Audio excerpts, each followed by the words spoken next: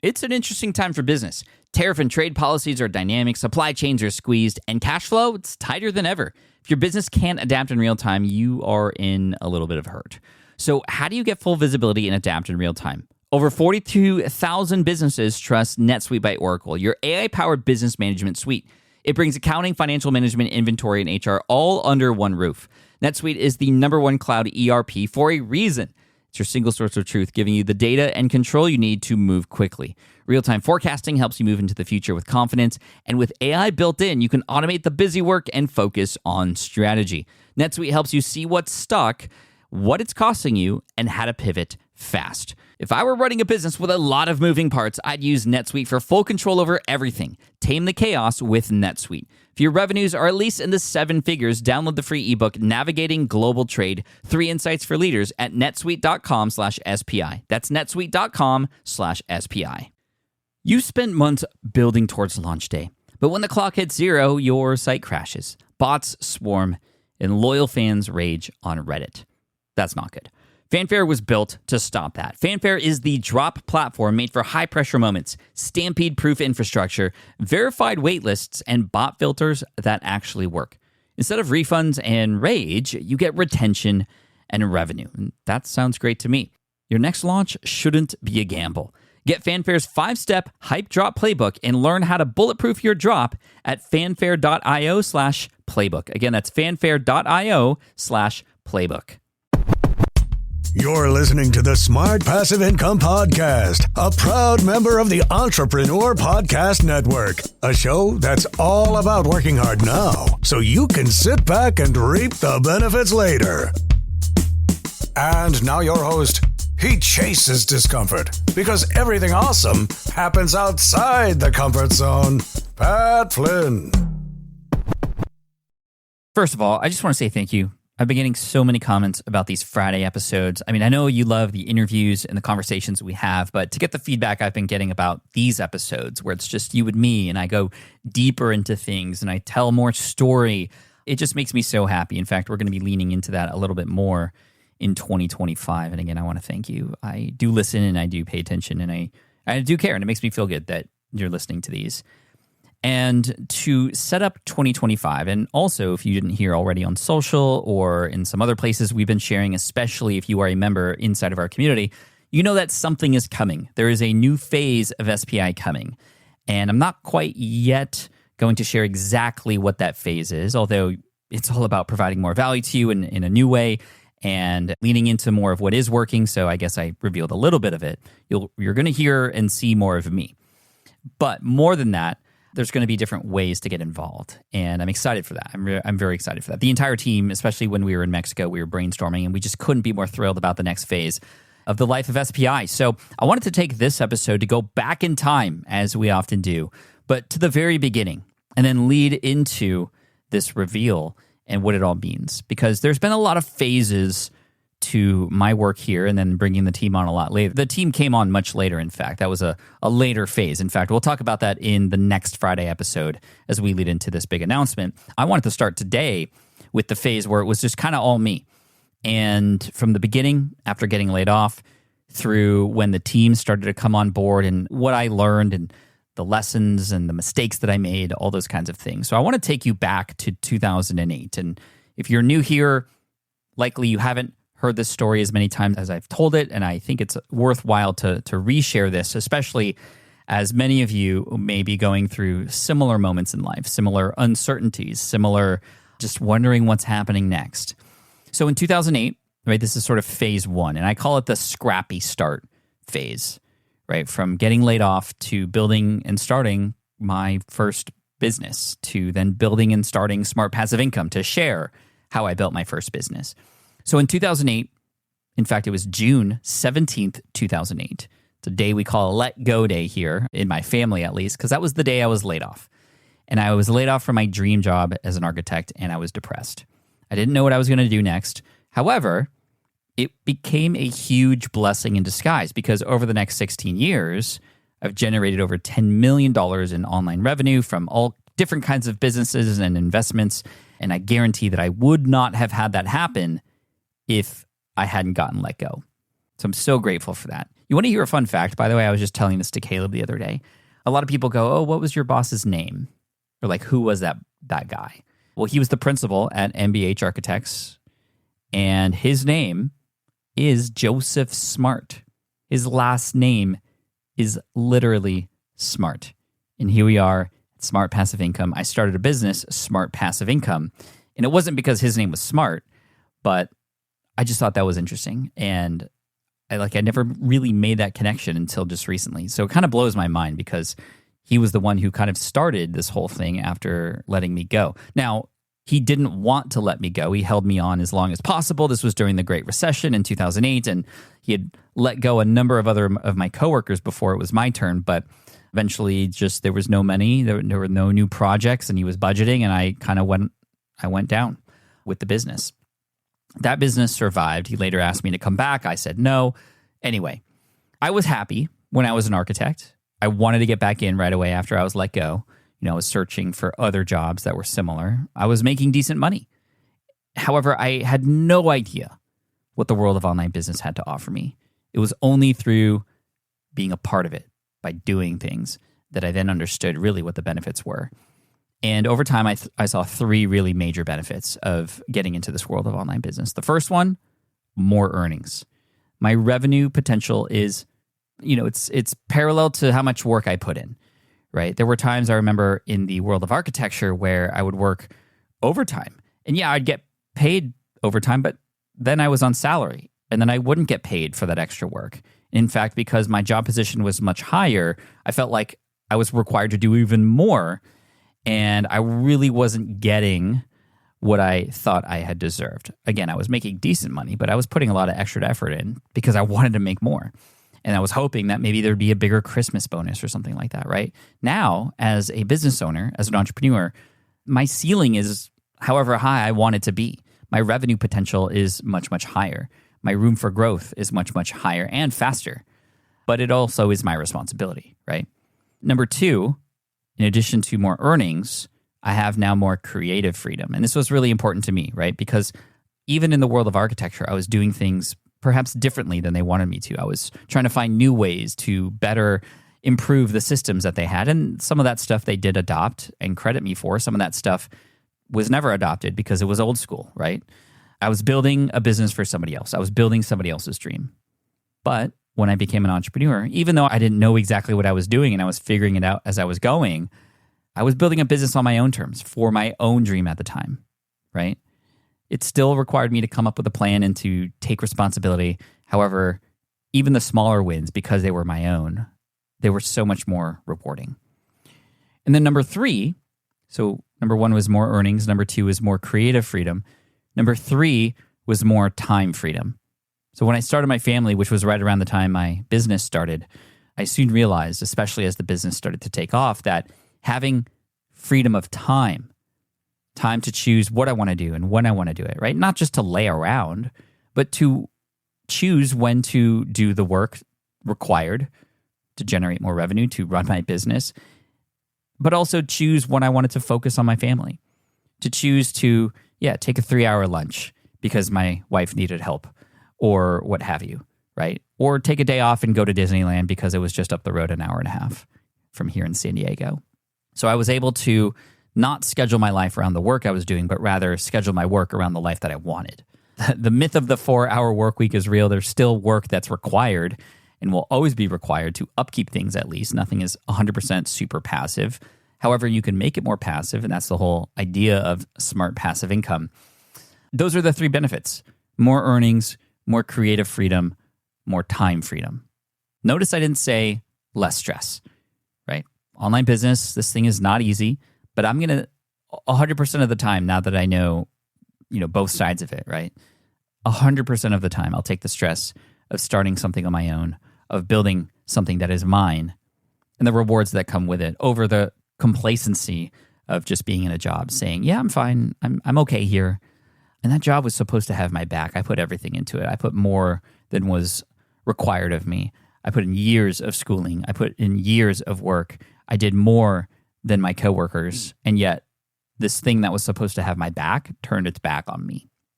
So that was the first phase, just learning what it was like to get laid off, to discover who I was and become an entrepreneur. And this is where I started, of course, in thelead.com, right? And this comes to my first lesson here, which is be happy with Scrappy.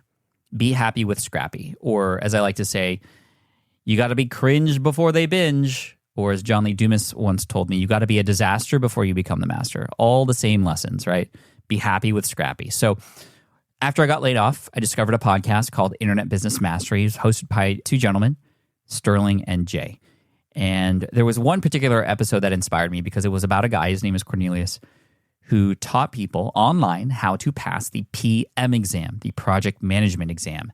And that was my light bulb moment. That was when I was like, oh my gosh, I've taken several exams to get to where I was at. I was not yet an licensed architect, but I was on my way. But one particular exam called the LEAD exam was very difficult. And I decided to take that information, that experience, having passed that exam, and turn it into a website. Unfortunately, Internet Business Mastery no longer exists, but I always want to give credit to where credit is due. And I would have not understood how to do any of this if it wasn't for the community there at Internet Business Mastery. It's also a reason why I really value community and why we focus so heavily on community here at SPI, because I've learned firsthand exactly what being around similar people with similar values, doing similar things can do. So this is when I started in thelead.com, L-E-E-D. Keep that in mind because that was a trademark that I probably shouldn't have used. However, I learned my lesson, and that's a part of this journey, right? The idea of lean learning, figuring out what your next steps are, and then dealing with the mistakes along the way, learning as you go, right? I figured it out. I didn't know what I was doing, but I figured it out. So I built inthelead.com as a website to help people pass the LEAD exam, and it was nasty. Like it was HTML. I was using a tool called Dreamweaver. Do you know what that is?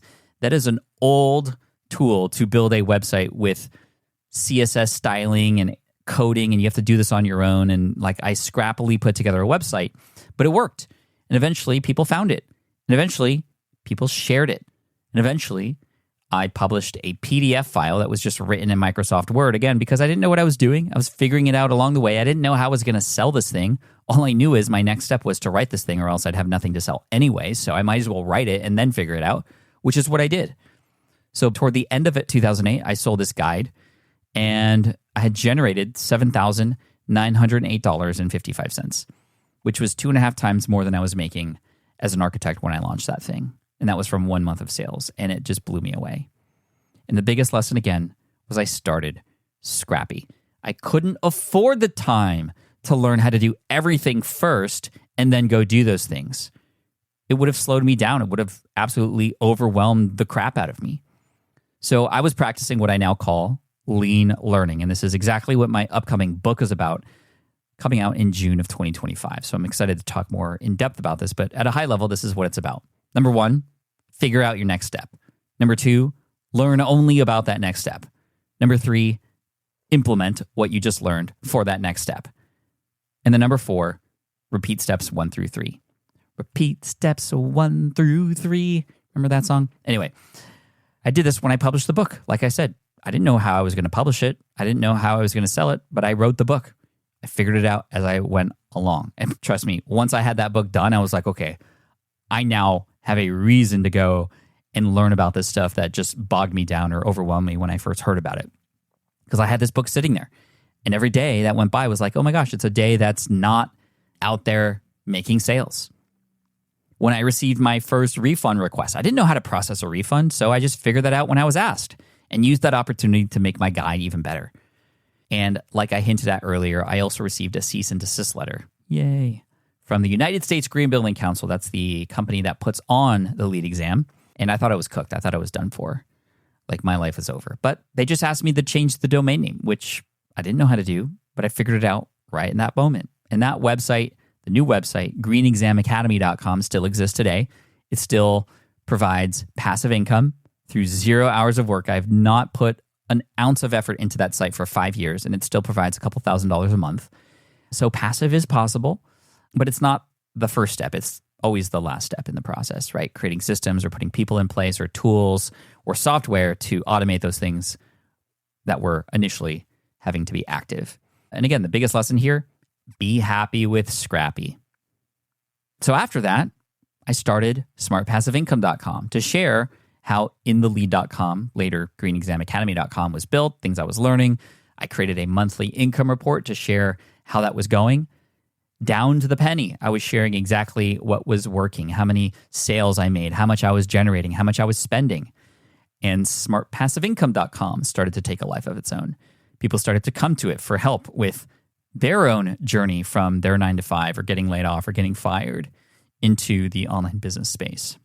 And it was not a great looking website. In fact, if you go back into the Wayback Machine, you're going to see it, and it's just a bare bones. It was actually using the thesis theme on WordPress because it was easily able to be used outside of the box, and that's why I got it. And I didn't know how to customize it, so it was just the bare bones, minimal, out of the box default theme, and it worked. It did its job for a while, and then I eventually found somebody to help me create a new version of the site, which was okay, and then it just upgraded over time again because I was happy with Scrappy.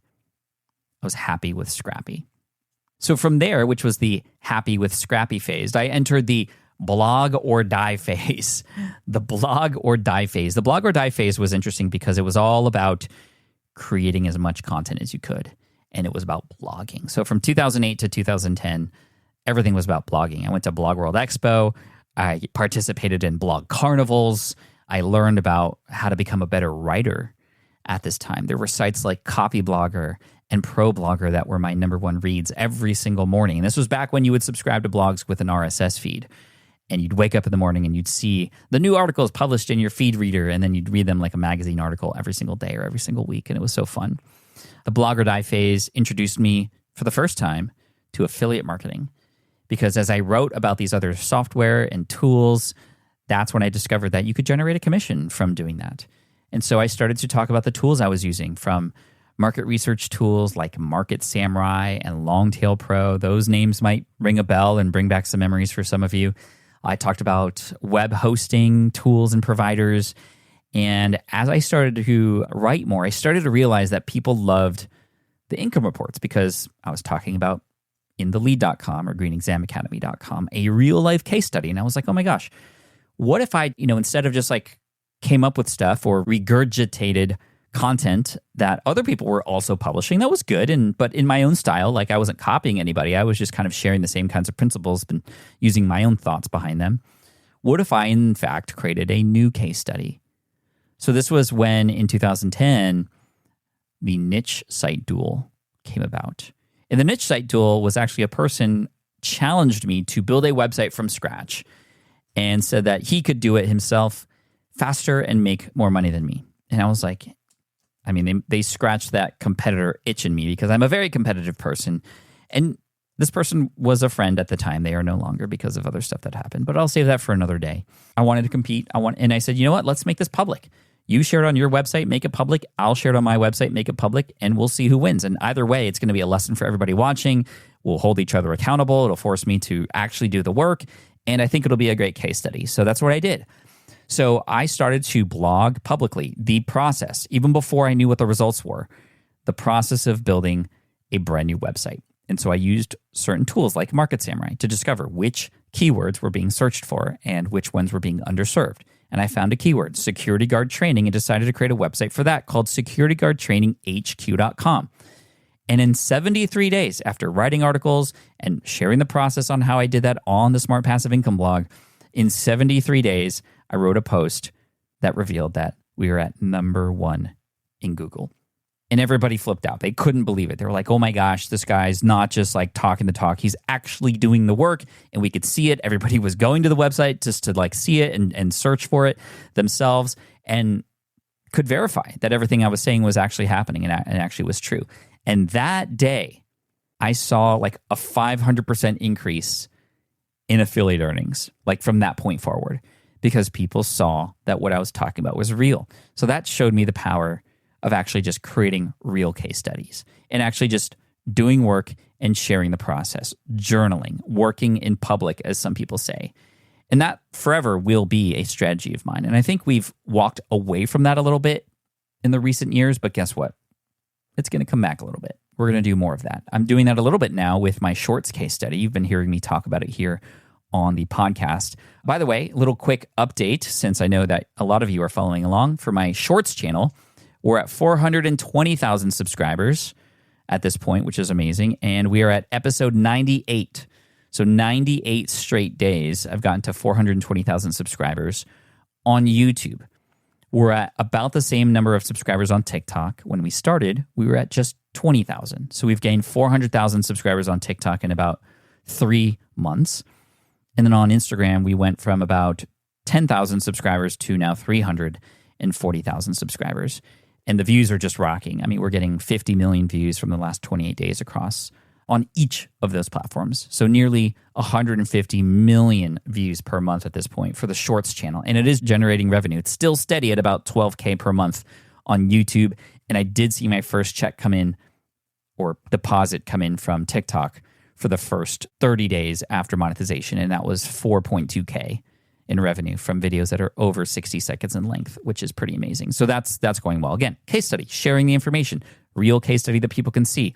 We're going to be doing more of that. And by the way, the Deep Pocket Monster YouTube channel, which was started in 2021, is 10,000 subscribers away from 1 million subscribers. So yay, YouTube. More information on that later. But anyway, let me keep going here to finish this particular podcast episode, and then we'll pick up where we left off next week, continuing the journey and then leading into our next phase. Because after the Scrappy start phase and then the blog or die phase, it was the podcasting pump phase.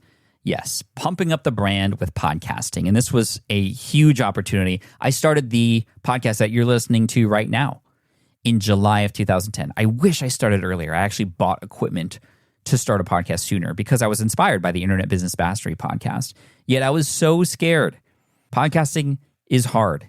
And it was especially hard back then because the technology wasn't as easy as it was to just get one up and running. So you had to do all these things with coding and RSS and stuff to get started back then. So that kind of held me a little bit. But mainly I was just getting in my own way. I was scared of what people were going to say. I didn't know how to communicate behind a microphone, especially if it were solo episodes. And plus even interviews, they were not great. I remember a test interview I did with a guy named Yaro Staruk, and the interview was so bad I never published it. I asked him what his favorite food was. He said it was spaghetti. This was like a famous entrepreneur back then. He's still a great guy, Yaro Staruk. He was in the blogosphere back in the blog or die days. So I asked him what his favorite food was, and he was like, spaghetti. And I was like, what's your favorite color? And he was like, my favorite colors are blue. And if you go to his website, well, at least back then it was blue. And I was like, have you ever tried blue spaghetti? It was so bad. It was absolutely terrible. So I never published it. So I waited, but in July of 2010, I finally came out with the first episode, even though I recorded it 3 times. It was not great. It was not perfect at all. But I realized that, like before, you learn as you go. You got to be cringe before they binge. And I published my podcast for the first few months every other week because that's all I could handle. It took forever for me to come up with episodes. I would like script the whole thing and read it out, and it was just boring because I was too afraid to trust myself. But eventually I found a groove. But I also eventually, when I attended one of these blogging conferences, I'll never forget it. I was at Blog World Expo in 2011. This was 6 months after the podcast came out, just about. And I was in the hallways, and I was still podcasting every other week. My blog was still running hot. It was 3 days a week my blog was being published. And I would meet fans there who were fans of the blog. And when I'd meet them, they could not stop talking about the podcast. Oh, I loved your show. I love this episode when you talked about this and you and your wife talked about this. And it was like, what about the blog? I'm blogging 3 times a week. What about the podcast? Like, give me some, like, throw me a bone here. What I was realizing was that there was a shift happening, that people were enjoying hearing a real voice and hearing stories being told with the podcast, not just from my show, but all across the board. Shows like Mixergy and, of course, Internet Business Mastery was still there, and people were listening to NPR, and this was in the early days of podcasting, and I was getting right into it at the right time. Now, by the way, podcasting is still in its early days, in my opinion, although there's the video component of it now. And the video sort of phase comes later for me and us at SPI. But all this to say, I became privy to the fact that, okay, well, maybe I should shift my focus. I'm going to reduce the number of blog posts we're publishing and increase the number of podcast episodes we're publishing. So I increased the podcasts to once per week. And then I hit some milestone episodes like episode 51. Tim Ferriss. Those are Tim Ferriss podcasts. And I remember fanboying for the first 5 minutes because I didn't know how to handle it. It was my first big celebrity on the podcast, and he and I have since remained friends. In fact, I was able to help him start his podcast. There's even proof, because if you go to his YouTube channel, you'll see a tutorial from me on how to use GarageBand. And he had asked me to create that tutorial for his audience because I was able to consult with him a little bit when he started his. And of course, he's just gone gangbusters with it. Definitely subscribe to his podcast if you haven't already, as well as 5 Bullet Fridays. And then he and I stay in, we text each other once a year. And we're not best friends or anything like that. But I do have text accessibility to him, and I don't abuse that. Every time I reach out to them, though, he's super grateful to hear back. And he just always has some great tips for me. I loved him. He's great. Shout out to Tim. He was definitely an inspiration to me. Anyway, that was episode 51. Episode 122 with Shane and Jocelyn Sams. This was a big episode. I think this came out in 2012 because it showed me that I didn't need to have the big celebrities in order to get an incredibly impactful episode.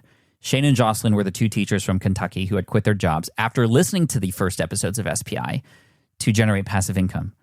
Shane quit his job as a football coach and started a football coach website. Jocelyn quit her job as a teacher to start a librarian resource, and they just became so successful. Flip Your Life with Shane and Jocelyn Sams has been amazing. They have a book now. We're coming out soon. They have a podcast. They've just been incredible. And that was episode 122, another milestone episode. Anyway, I'm just kind of sharing the history of what I'm learning as I go. And what I love about the podcast is, as a byproduct, 2 things happened, right? In addition to, just being the number one way that people found out about the brand. That's what we found out in a survey. It was over 50% of people who found out about SPI at this point in the podcasting pump days found me because of the show, more than the blog, more than word of mouth. Well, sometimes the show they found because of word of mouth, but the show was really the center of everything for such a long time. And here you are, still listening to it or having just discovered the podcast, which is amazing. Anyway, 2 other byproducts. Number 1, I became a much better communicator. Just by continually getting behind the microphone, I became more confident in my storytelling, in my voice. My ums, although they still exist, have been fewer and far between. I've been able to hold a conversation better in person, in public. It eventually became my stepping stone to getting on stage in 2011. Shout out to PT Money over at FinCon. He got me started with speaking, and I only was able to do that because, number 1, I said yes to it, which put me in a force function. But number 2, it was a result of the podcast.